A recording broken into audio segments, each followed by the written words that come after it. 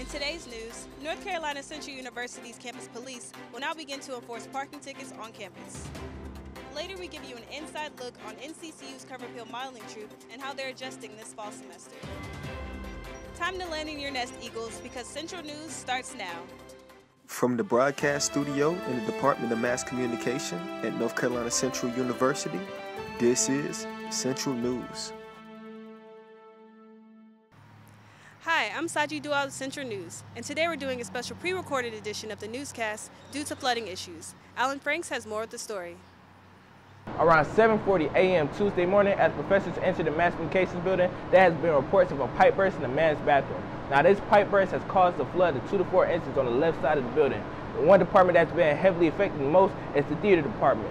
As you can see behind me is the Black Box Theater, where mainly they have their practices, but due to the flooding, they can only use the theater for space.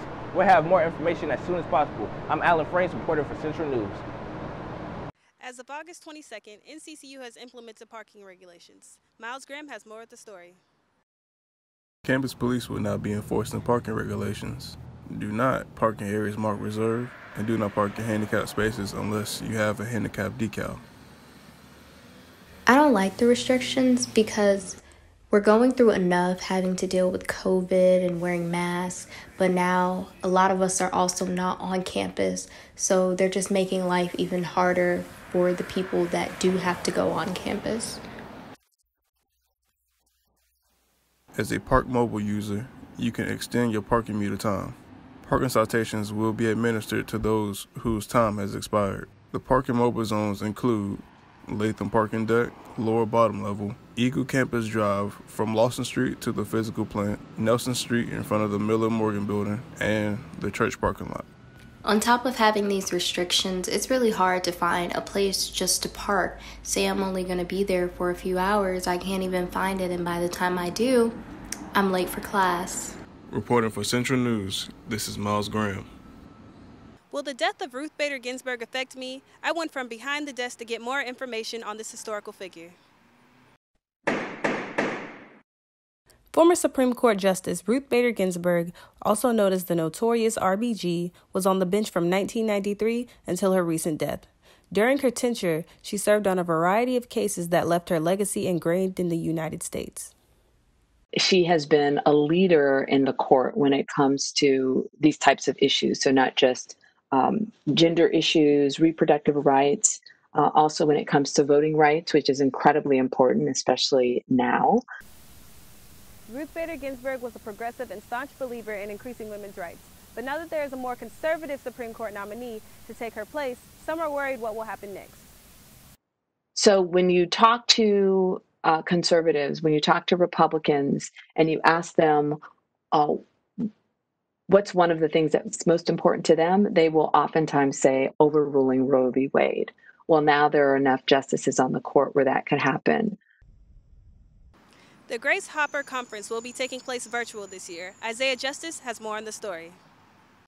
Learned from a total technology and culture transformation. The Grace Hopper celebration is the world's largest gathering of women technologists. Women of every race, color, size, and shape have been invited over the last 20 years, with last year's conference being held at the Orange County Convention Center in Orlando, Florida, from October 1st through 4th. Grace Hopper celebrates and pushes these women to do the best they can be. The conference is organized by the Anita Borg Institute of Women in Technology. This year, selected 6 NCCU students to be Grace Hopper Scholars and attend the conference, while this year it is virtual. I had the pleasure of speaking with Jasmine Pittman, who was in attendance. So far, we've been learning just like different ways for women to input themselves into such a male-dominated world. Breaking new ground for women in technology, the 6 students from Information and Computer Sciences chosen for the conference were Rebecca Moss, Latasha Reed Daniels, Tiffany Crawford, Melena Robinson, Takia Fleming, and Dorisa Lewis.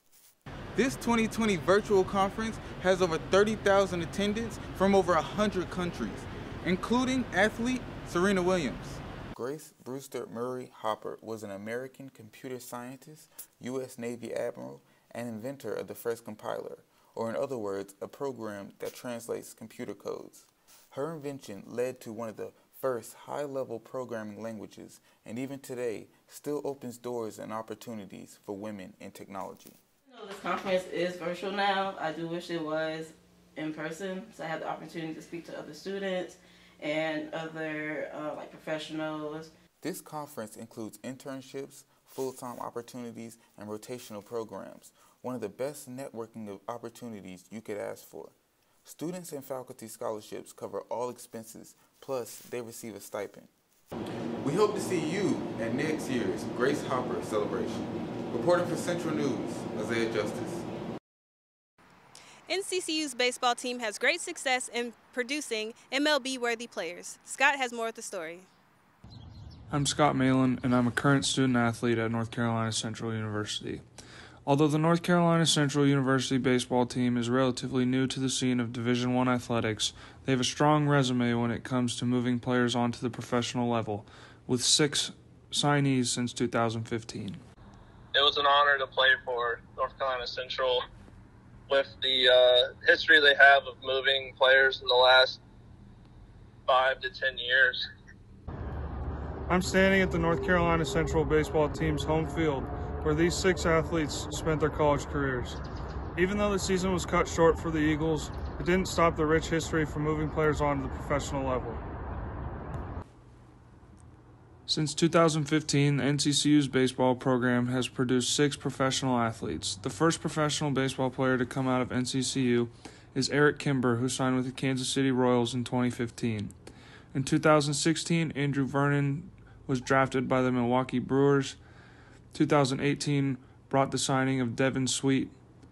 Corey Joyce was drafted in 2019 by the Detroit Tigers, and Shane Davis and Carter Williams signed with the Baltimore Orioles and the San Francisco Giants.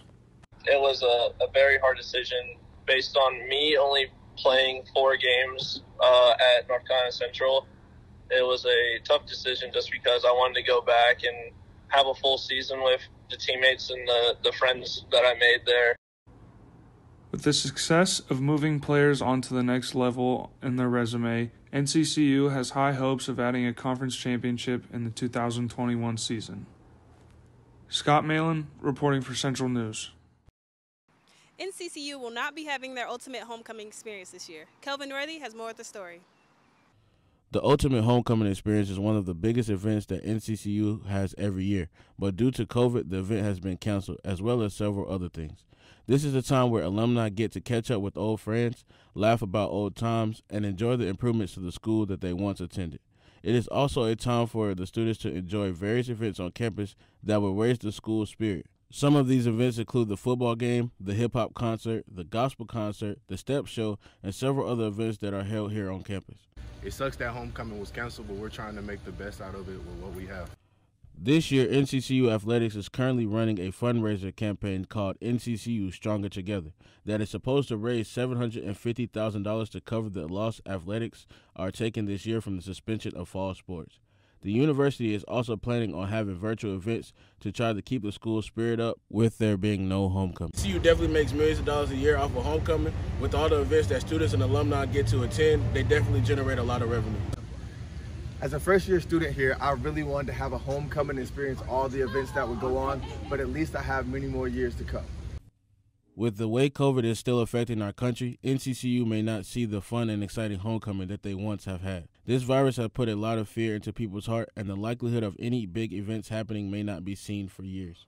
Hopefully, citizens can follow protocols so that we can have some life back into our world and college campuses. Reporting for Central News, I am Kelvin Worthy. NCCU's Curve Appeal modeling troupe has kicked off their fall season. Take it away, Franks. 6, 7, 8. 1, 2, 3, 4, 5, 6. Curve Appeal modeling troupe was established in 2016. It's a modeling troupe for curvy women as well as men who get to embrace and express themselves on a brand new level. Sometimes we practice here, we practice, out on the field, but mainly we're basically like a troupe that uplifts, the girls' confidence, and, we put on cute outfits and stuff, and there's other modeling troupes on campus, and, what makes us different is that, yes, we do accept, bigger women and bigger men. This modeling troupe is designed to empower all full-figure, vivacious college women and men, proving that one size should not define one's success in a future modeling career. Curve Appeal Modeling Troupe will usually be preparing for a performance right at this very moment, but due to COVID regulations, there has been a tremendous amount of change. Right now, they are currently preparing for a virtual performance. You know, I don't know if it's going to be many performances because of COVID-19. We can't be in no more than groups of 10 inside of a building, so there can't be a crowd. So right now, all we can do is just accept more girls and get them ready for performances, just in case we have a virtual performance. NCCU's Curve Appeal Modeling Troupe are not only staying active with rehearsals, but are also making plans to give back to the community. For more information, you can contact them through Instagram at NCCU Curve Appeal. I'm Alan Franks Jr., reporting for Central News. That's all we have for you today. Be sure to catch us every Friday live at noon. I'm Saji Dua, signing off.